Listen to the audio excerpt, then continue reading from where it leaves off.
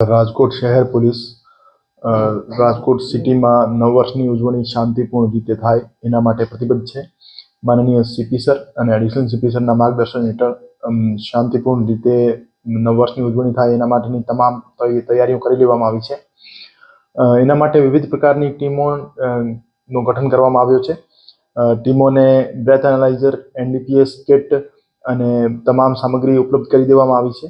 અને શહેરના entry exit points ઉપર સઘન ચેકિંગ કરવામાં આવી રહી છે અને એમને તમામને સૂચના આપવામાં આવી છે કે વધુમાં વધુ ડ્રિંક એન્ડ ડ્રાઈવના કેસીસ અને હથિયારના સાથે ફરવાવાળા માણસો ઉપર જીપી એક્ટ 135 ના કેસીસ અને બીજા એનડીપીએસના કેસીસ વધુમાં વધુ થાય એના માટે તમામ ટીમોને સૂચના કરી દેવામાં આવી છે.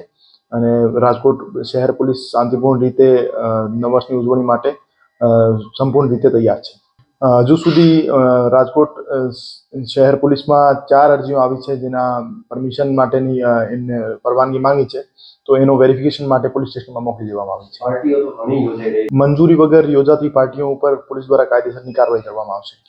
તમામ જે ચેકલિસ્ટ મુજબ એમને જે ડોક્યુમેન્ટની ચકાસણી કરવાની હોય છે તમામ પોલીસ સ્ટેશનોને આપી દેવામાં આવી છે અને અરજદારોને પણ આપી દેવામાં આવી છે. તો એક પણ નિયમોમાં કોઈ પણ પ્રકારની છૂટછાટ આપવામાં આવશે.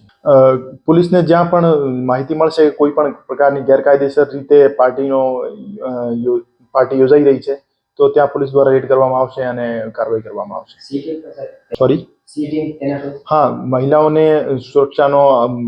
મહિલાની સુરક્ષા સાથે કોઈ પણ પ્રકારનો કોમ્પ્રોમાઇઝ ના થાય એના માટે સી ટીમને પણ સૂચના કરવામાં આવી છે અને સી ટીમ દ્વારા પેટ્રોલિંગ રાખવામાં આવશે.